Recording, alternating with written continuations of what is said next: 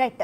నిజామాబాద్ లో పోలింగ్ ఏ విధంగా జరుగుతుందో మా ప్రతినిధి రాజేష్ అందిస్తారు. రాజేష్, నిజామాబాద్ లో ఎన్ని పోలింగ్ కేంద్రాలను ఏర్పాటు చేస్తారు? పోలింగ్ కేంద్రాల వద్ద పరిస్థితి ఏ విధంగా ఉంది? రాధిక, ఉమ్మడి నిజామాబాద్ జిల్లాకు సంబంధించి 135 పోలింగ్ కేంద్రాలు ఉన్నాయి. పోలింగ్ కేంద్రాలకు సంబంధించి పోలింగ్ కేంద్రాల వద్ద 140% అమలు చేశారు. పగడ్బందీగా ఇక్కడ ఇలాంటి లోటుపాటు లేకుండా ఉన్నతాధికారులు, జిల్లా కలెక్టర్తో పాటు ఇద్దరు ఉమ్మడి జిల్లా సంబంధించిన కలెక్టర్ కూడా అన్ని ఏర్పాటు చేశారు. ఈ ఏర్పాట్లకు ఇప్పటికి సంబంధించి ఏదైతే నిజామాబాదు, అలాగే మెదకు, కరీంనగర్ సంబంధించిన ఏదైతే ఆదిలాబాద్ 4 జిల్లాలకు సంబంధించి నియోజకవర్గాలుగా పోలింగ్ కేంద్రాలు ఏవైతే ఉన్నాయో పోలింగ్ కేంద్రాలు ఖచ్చితమైన ఏర్పాట్లు చేశారు. దానికి సంబంధించి కూడా ఇప్పటి వరకు ఈ ఎమ్మెల్సీ ఎన్నికలు సాధారణ ఎన్నికల కంటే కూడా హోరాహోరీగా నడిచాయని చెప్పుకోవచ్చు. ఎందుకంటే సాధారణ ఎన్నికల్లో ఎమ్మెల్యే అభ్యర్థులు కావచ్చు, వాటికి సంబంధించిన ఎంపీ అభ్యర్థులు కావచ్చు, వారికి ఖర్చు పెట్టే కట్ ఆఫ్ డేట్ ఉంటుంది, కానీ కట్ ఆఫ్ టైం. కానీ ఈ ఎమ్మెల్సీ ఎన్నికల్లో మాత్రం ఎక్కడ కూడా కట్ ఆఫ్ లేదు. అందుకే జిల్లా కలెక్టర్ కూడా ఇటీవల 2 రోజుల క్రితం ఒక ఇంటర్వ్యూ తీసుకున్నప్పుడు కూడా క్లియర్ చెప్పారు. ఎమ్మెల్సీ ఎన్నికలు ఈ ఎన్నికలు పెద్ద ఎత్తున ఖర్చు పెట్టారు. అభ్యర్థులు కూడా 2 జాతీయ పార్టీలకు సంబంధించిన అభ్యర్థులు కూడా పెద్ద ఎత్తున ప్రచారంలో పాల్గొన్నారు. జాతీయ ప్రధాన నాయకులు కూడా జిల్లా పర్యటనలో పాల్గొన్నారు. ఇటు ముఖ్యమంత్రులు కావచ్చు, అటు బీజేపీ సంబంధించిన కేంద్ర మంత్రులు కావచ్చు, పెద్ద ఎత్తున ప్రచారంలో పాల్గొన్నారు. ఇటు ఆల్ఫోర్స్ సంబంధించిన నరేంద్ర రెడ్డి కావచ్చు, అటు బీజేపీ సంబంధించిన ఇంకొకరు కావచ్చు, అలాగే ఎవరైతే హరికృష్ణ సంబంధించిన ఎవరైతే బీఎస్పీ నుంచి అభ్యర్థి వచ్చారో ఈ ముగ్గురు కూడా ట్రయాంగిల్ నడిచే అవకాశం ఉంది. ప్రస్తుతం నిజామాబాద్ జిల్లాకు సంబంధించి మనం ఒక పోలింగ్ కేంద్రం మొత్తంలో ఇప్పుడే మరికొద్ది సేపట్లో పోలింగ్ ప్రారంభం కానుంది. సుమారు 8 గంటల నుంచి సాయంత్రం 4 గంటల వరకు కూడా పోలింగ్ కేంద్రాలు ప్రారంభం కానున్నాయి. దానికి సంబంధించి పోలింగ్ సరళి కూడా కొనసాగారు. ఈ నేపథ్యంలో ఉమ్మడి జిల్లాకు సంబంధించి పట్టభద్రులు పోలింగ్ కేంద్రాలు 77 ఉండగా ఉపాధ్యాయులకు సంబంధించిన పోలింగ్ కేంద్రాలు 58 ఏర్పాటు చేశారు. కామారెడ్డి జిల్లాకు సంబంధించిన డిగ్రీ కళాశాలతో పాటు అలాగే నిజామాబాద్ ఆర్డీఓ కార్యాలయంలో, అలాగే బోధన్లోని సబ్ కలెక్టర్ కార్యాలయంలో, ఆర్మూర్లోని అలాగే ఆర్టీఓ కార్యాలయంలో ఎన్నికలకు సంబంధించిన సామాగ్రిని నిన్న పూర్తిగా పంపించడం జరిగింది. సామాగ్రి తీసుకున్న తర్వాత ఎవరైతే సిబ్బంది ఉన్నారో సిబ్బంది అంతా కూడా ఆయా పోలింగ్ కేంద్రాలకి చేరుకోవడం జరిగింది.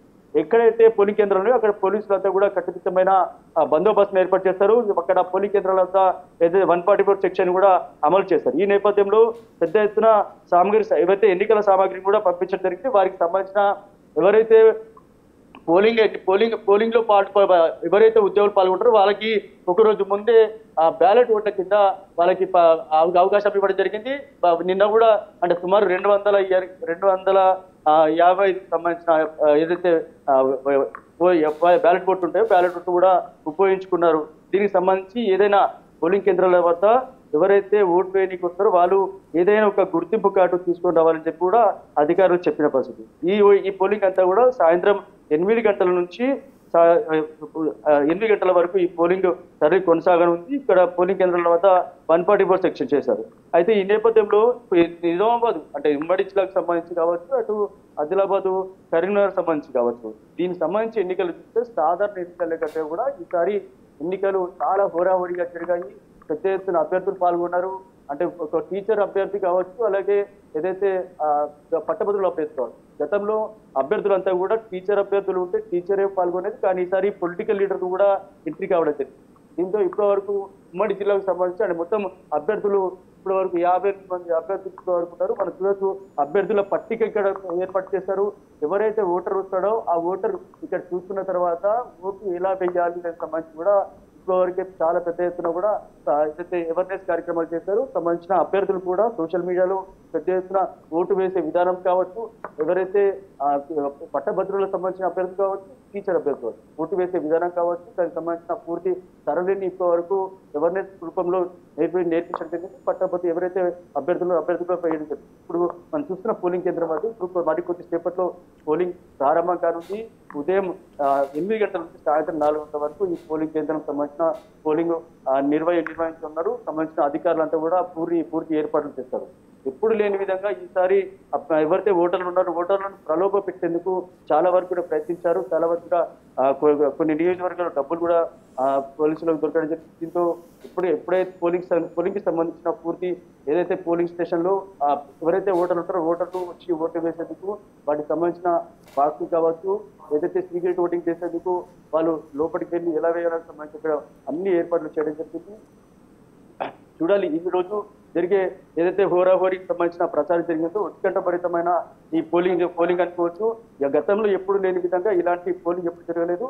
ఏదైతే గతంలో ఎప్పుడు ఇలాంటి పోలింగ్ జరగలేదు. పోలింగ్కి సంబంధించి ఇప్పటివరకు ఉమ్మడి జిల్లాకు సంబంధించి అన్ని ఏర్పాటు చేసినప్పటికీ అక్కడక్కడ అభ్యర్థులను ప్రలోభ పెట్టేందుకు చాలా వరకే ప్రయత్నించారు. కాంగ్రెస్ అభ్యర్థి కావచ్చు, అలాగే బీజేపీ అభ్యర్థులు కావచ్చు, అనూహ్యంగా బయటకు వచ్చిన ఎవరైతే హరికృష్ణ ఇండిపెండెంట్ నుంచి పోటీ చేస్తారని చెప్పి బీఎస్పీ నుంచి అభ్యర్థిగా పోటీ చేయడం వచ్చాడు. దీంతో పాటు ఏదైతే అభ్యర్థులకు సంబంధించి ఇప్పుడు చాలా వరకు ఎవరైతే అభ్యర్థులు ఉంటారో ఓటర్లు ఎవరు ఉంటారో వాళ్ళని ప్రలోభ పెట్టేది కూడా ప్రయత్నించారు. కానీ ఇక్కడ కూడా చాలా కట్టుదిట్టమైన నిబంధనలు ఏర్పాటు చేశారు అధికారులు. ఎవరైతే అభ్యర్థులు పోటీలో ఉన్నారో ఇప్పటివరకు దీనికి సంబంధించి జాతీయ రాష్ట్ర నాయకులు జిల్లాలో పర్యటించడం జరిగింది. అభ్యర్థులకు సంబంధించి వాళ్ళకు సమానంగా ప్రచారం చేశారు. చాలా వరకు కూడా ఏదైతే ఎన్నికల ప్రచారంలో చాలా వరకు కూడా బీజేపీ కావచ్చు, కాంగ్రెస్ కావచ్చు ప్రచారం కొనసాగించారు. ఒకరొకరు సూచించుకున్నారు. అంతేకాకుండా బీఆర్ఎస్ అభ్యర్థి పోటీలో లేకపోవడంతో వారి ఓటు ఎవరికని చెప్పి కూడా ఎవరైతే సభలలో చాలా వరకు ప్రశ్నలు వచ్చాయి. కానీ ఏదైతే బీఎస్పీ అభ్యర్థి ఎవరైతే ఉన్నారో హరికృష్ణ తన బీఎస్పీ పోటీ చేశాడు. తాను కూడా ట్రయాంగిల్ పోటీకి సిద్ధంగా వచ్చాడు. చూడాలి మరికొద్ది సేపట్లో పోలింగ్ ప్రారంభం ఉంది. సాయంత్రం 4 గంటల వరకు కూడా కొనసాగనుంది. ఈ పోలింగ్ తర్వాత ఎలా జరుగుతుందని చూడాల్సి ఉంది. Thank you Rajesh.